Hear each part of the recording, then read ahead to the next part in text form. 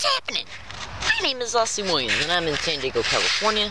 Today's date is March 15th, 2014. It really is. Check it out. This is a comedy video. I'm making it in order to be able to make you laugh, and then when I watch it later, I'll have a laugh myself. And check it out. Out of all the comedy videos that I have ever made, I have never once farted on any of my comedy videos. But I might on this one. That's right, baby kids. You just never can tell. What's happening? Anyways, I'm watching a squirrel right now looking for a piece of bread. He's my baby. Hold on. It's over there. Just look for it. There you go. He's going right for it. Found it. Well, look for it. Anyways, my name is Leslie Williams, and I'm in California, in La Jolla. And today's date is March 13th, 2014. Now, I'm making this comedy video right now on this date. Just to put a smile on that sweet, precious face of yours. I'm preparing a move. I've been doing it all day long, and I'm very tired. I'm acting silly, goofy, and comical on purpose. Just to let you know. It's right there. Go get it. You little munchkin. Hang on a second.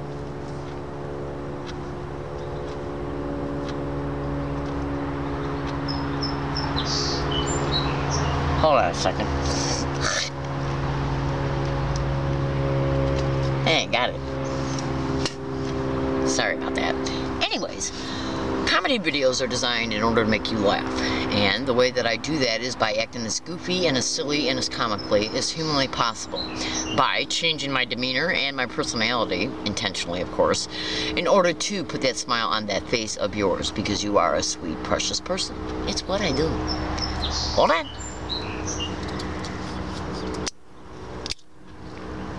Now, check it out. Have you ever heard of Spike Jones and the Wacky Wacky Tears? Have you? All you gotta do is YouTube it.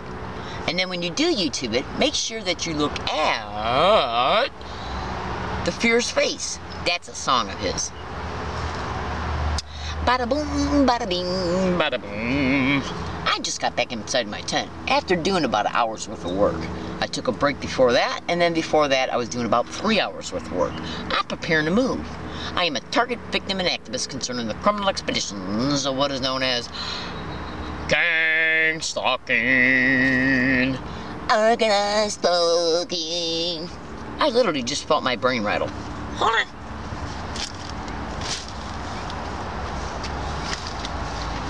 Now, this morning I had some turkey links and some hash browns. And in about an hour I'm going to start making myself, hold on, about once a month I buy a very, very, very cheap steak. Usually from the discounted shelf in the meat department, and a baked potato and some hash browns, and that's what I'm gonna have for dinner. Otherwise, I usually live on. I eat pretty well. I'm thankful that I still have the resources to provide nourishment to the mind and body on a daily basis. Anyways, so what I'm doing today is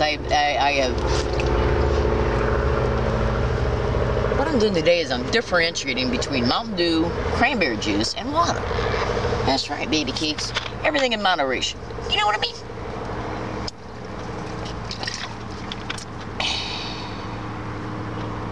Anyways, how's your day going? What are you doing right now? No picking the nose aloud. I want to tell you something, and this is true. Everything I'm stating right now is true, and I'm gonna probably state it in a comical posture, but it's as hard as it can be at times in reference to living in a hiking situation. It can be rough, because when you're tired and you come home, you got to get out your property that you hid so it don't get stolen. You know, that's a pain. Instead of being able to come home and just throw your keys down, take off your clothes, eventually pick them up and throw them in the hamper, and then put on your, you know, sweatpants and just loosen up for the rest of your night, no matter what you want to do. You know, or watch TV, take a nap, eat dinner, yada yada yada, you know. But I will tell you this. Check this out. Let me just take a puff of this cigarette first. When I was living in Michigan, I did some house sitting back in, it was in 1985. I used to work in the 5th richest zip code in the country, Franklin, Michigan. And I knew a lot of millionaires, because I used to, the type of work I did for a grocery store, I came in direct contact with some of them. And some of the nicest people you ever met. A lot of Jewish people. Some of the nicest people you ever met. And I answered an ad to be actually a nanny, and I ended up house sitting and then leaving the job. And I highly suspected that gang stalking was happening towards my life back then. I just didn't know it, because the open harassment hadn't started towards me yet. The community-based harassment, but the cleverly created, covertly managed unemployment was already being expedited against me, and car repossessions were as well. But anyways, when I did some house sitting for this one couple, I already forgot why I brought this up. As a result of doing this house sitting for this couple, I mean, this couple was rich. She had earrings that cost over $30,000, flat out, no lie. And you know what's really cool about this? I'm not trying to say the following statement to, you know, toot my own horn, but I never even had one honest thought. Honestly, I never had one thought to steal anything. It just wasn't in me. Anyways, so I house sitted for them for about 4 days. And then miraculously and mysteriously, she decided to go with somebody else, which I couldn't figure out because my behavior was completely appropriate. But anyways, I think it had to do with the organized stalking, if you want to know the truth. Okay. Now, anyways, when I was house sitting for her, while they were at work, when I took care of the house cleaning and prepared certain things, I had a chance to take a couple minutes breaks during the day, and I would take a nap in the hammock out in their backyard in some of the most beautiful scenery that your mind can imagine. And since I have been periodically homeless in the midst of this gang stalking expedition, since it openly started happening towards me, I have hiked out and camped out in billion-dollar landscape environments. Literally. I can't say it any clearer. You would not believe the beautiful scenery that I have hiked out in. Just undeniably, a postcard cannot describe it. So, you know, and I am a down south girl in my heart. I got that from both parents, because both parents are from the South, West Virginia and Tennessee. And that is one thing that I am definitely grateful for in reference to my family heritage. I'm just, down south has always been in my mind, and it's always been in my heart. Hold on.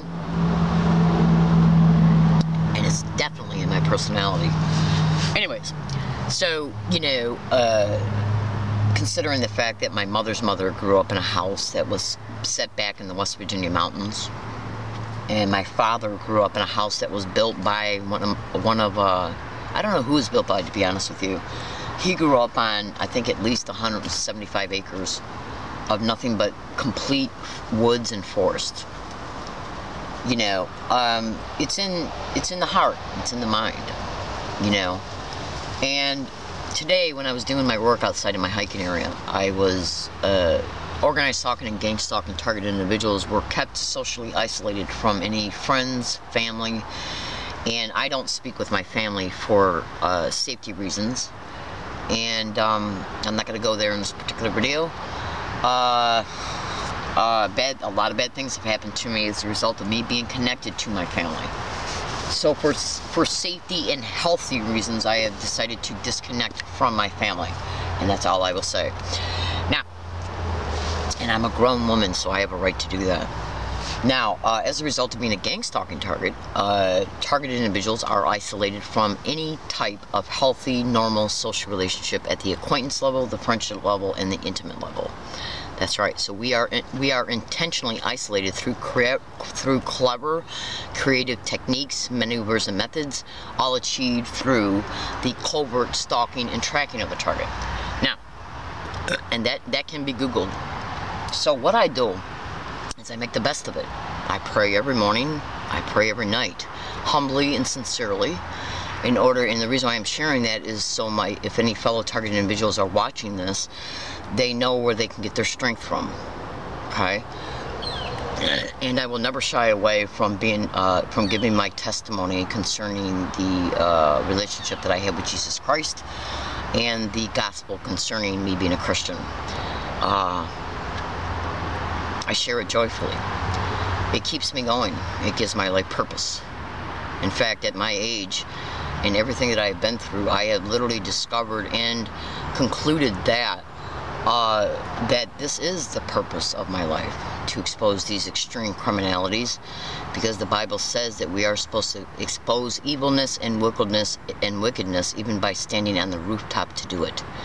So, my only real friends that I have physically are the squirrels, the bunnies, and the birds. And this is true, and I'm not saying it to make you feel sorry for me, I'm just sharing something with you. Today, when I was outside of my tent, every morning when I wake up, I feed my birdies. And I'm going to miss them dearly when I leave from here. I might come back here periodically just to feed them because they're my babies. I've been feeding them now every single day for 15 months, ever since I arrived at this location. Yes, they even will fly into my tent if I oversleep to wake me up. They literally sit on the perch right there after I open up my tent in the morning, waiting for me to give them their food. On several occasions, on several mornings and afternoons, I have literally sat eating my lunch with birds, squirrels, and bunnies as they're sitting practically right next to me eating theirs that I gave them to. You know, bread and stuff. Literally. And today, when I was outside of my tent, gathering together property of mine so I can itemize, filter through it to itemize it and categorize it in order to move it, a squirrel, one of 4 that come here every morning to be fed, came up to me. Not even 6 inches away. Not even 6 inches away from me.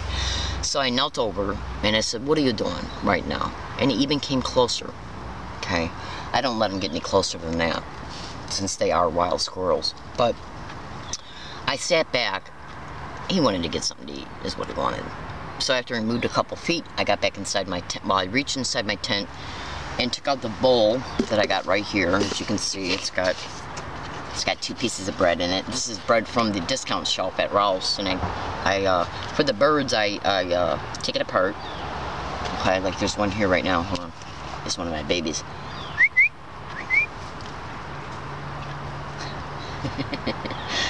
They're so cute. I've always loved the little birds ever since I was little. And so after I seen he wanted something to eat, I reached inside my tent and got the bowl. And I fed him something, and then I fed the birds and the other squirrels.